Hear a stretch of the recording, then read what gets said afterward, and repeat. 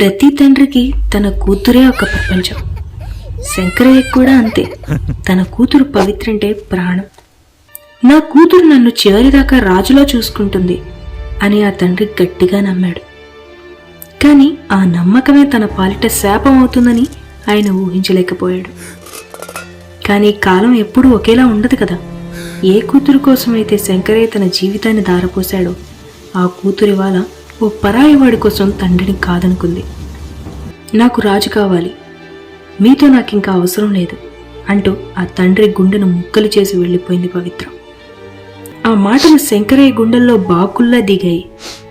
ఎవరినైతే నమ్మి వెళ్ళిందో వాడే మోసం చేస్తే దిక్కులేని స్థితిలో రోడ్డు మీద పడ్డ పవిత్రను మళ్ళీ ఆ తండ్రే చేరదీశాడు. ఒక్క మాట కూడా అనలేదు, తిట్టలేదు.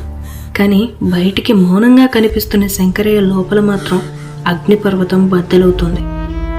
కూతురు పడుతున్న బాధను చూసి తట్టుకోలేక ఆ తండ్రి ప్రాణం విలవిలలాడిపోయింది.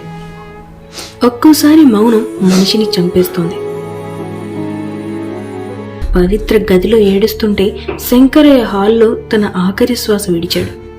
తలుపు తీసి చూసిన పవిత్రకు తండ్రి ప్రేమ కనిపించలేదు. వేలాడుతున్న తన తండ్రి శవం కనిపించింది. ఆ దృశ్యం పవిత్ర గుండెను పిండేసింది.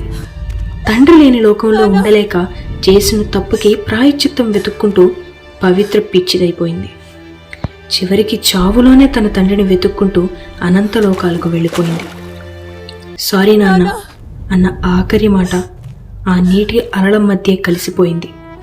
ప్రేమను వెతుక్కుంటూ వెళ్ళండి, కానీ జన్మనిచ్చిన ప్రేమను చంపి కాదు.